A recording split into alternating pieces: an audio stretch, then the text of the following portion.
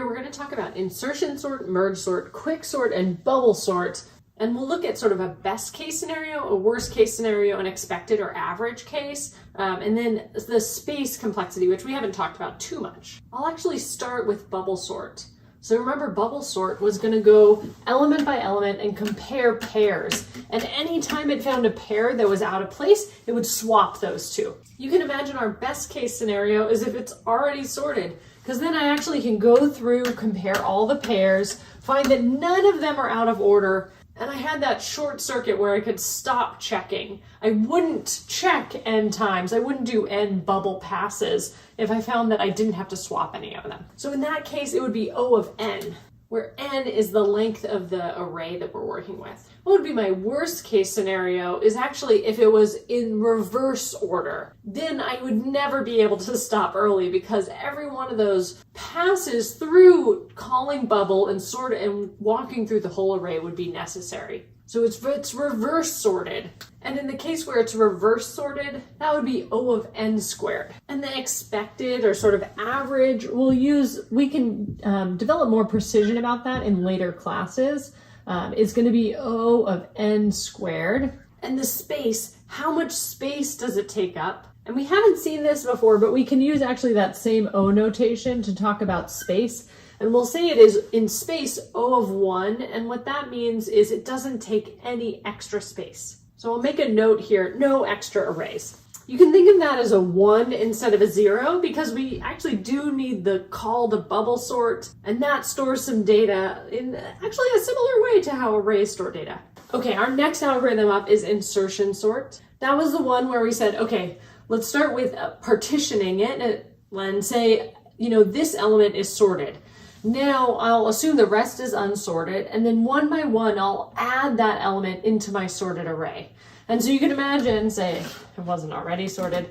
All right, well, I add the 4 in, and now I have 2 parts that are sorted. Then when I want to add the 2 into my sorted part, I have to swap it until it's in the right place. Similarly, when I want to add 3 until it's in the right spot, I have to swap it so it's in the right place. That was insertion sort, where every time we made the sorted portion 1 bigger, and for any individual element that we were adding into that into that sorted portion, we might have to do sort of a bunch of different swaps. Like say the 1 was all the way at the end. If we've gotten all this, it doesn't work. Say the 1 was all the way at the end. We'll just remove the first one. I would have to swap it with the 8 to get it in place, swap it with the 6 to get it into place, swap it with the 5. To be able to add it to that sorted portion of the array requires the whole length of the array. It's worth of swaps. So actually, just like bubble sort, our best case scenario is if it's already sorted. And in that case, I don't actually have to do any swaps. I can just do a single comparison as I'm expanding the portion of my array that's sorted. And so this one is also O of n in that best case scenario if it's already sorted. Similarly, my reverse sorted array is my worst case reverse sorted. And in that, it's O of n squared. Because worst case, this one has to do 1 swap to get into place, 2 swaps to get into place, 3 swaps to get into place, 4 swaps to get into place, 5 swaps to get into place, and so on. So we end up with one of those 1 plus 2 plus 3 plus a little ... plus n minus 1 plus n. And the sum of that is n squared. So that was my worst case for insertion sort. My expected case for insertion sort is also n squared. Did insertion sort take extra space? No, we were able to actually do the swaps right in the array. So that one's also O of 1. There were no extra arrays, just a single call to insertion sort. Maybe I'll actually add one more line. Is it recursive? The 2 sorting algorithms we've looked at so far are not recursive. Okay, so the next one with merge sort is actually a little bit weird because the algorithm does not depend upon the input. We run that same algorithm no matter what. We're always going to split it in half at every recursive call. So we'll check the base case. If it's bigger than the base case, split it in half. And our big O runtime for this was O of n times log base 2 of n. Okay, so for merge sort, the best case, worst case, and expected are all n times log base 2 of n. For my recursive, I'll remind us, yes, this one was recursive. We make recursive calls on the first half of the array and the second half of the array. Okay, how much space did it take up? Well, for each of the n elements in my array, I actually made log base 2 of n copies of it, at least in the implementation we looked at. So I would say that the space is in O of n log base 2 of n. And I think it's really important that this was the array-based. And we could have written merge sort using linked lists.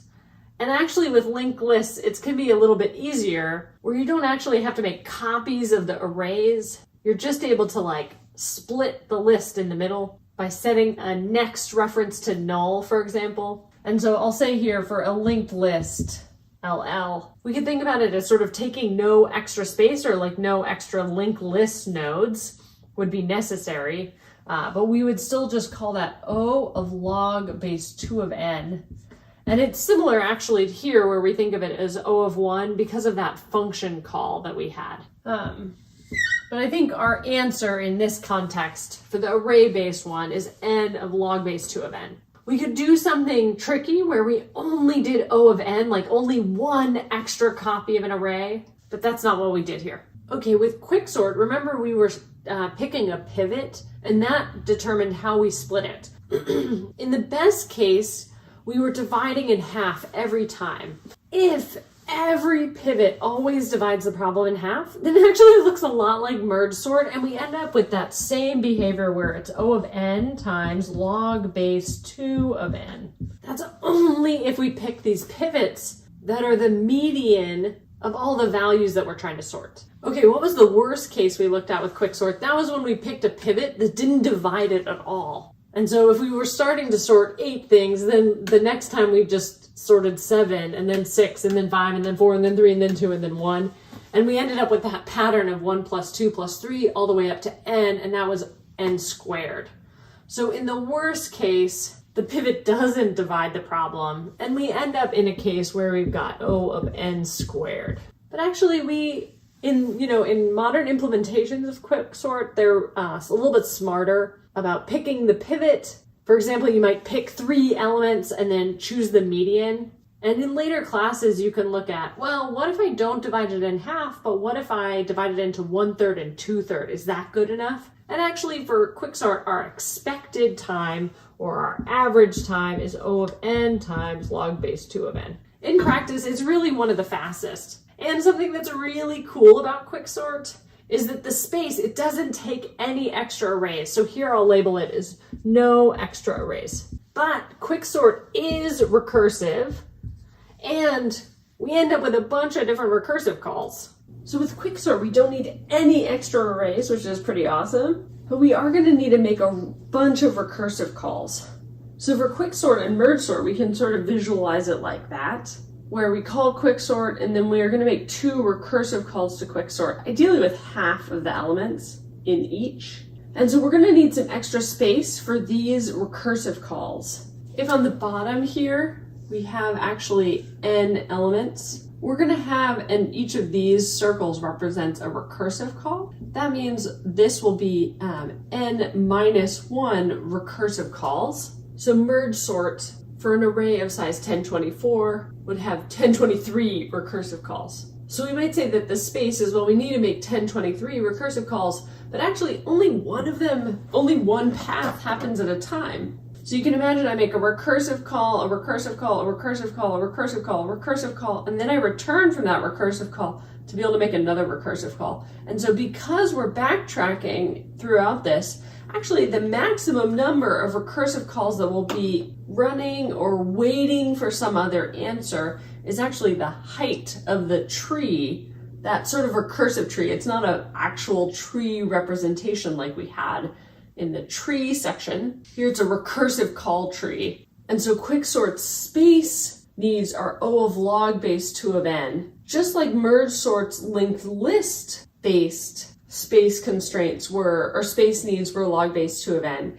Because at any one point in time, we might have log base 2 of n recursive calls. In quicksort, no extra arrays, but at one point in time, log base 2 of n recursive calls.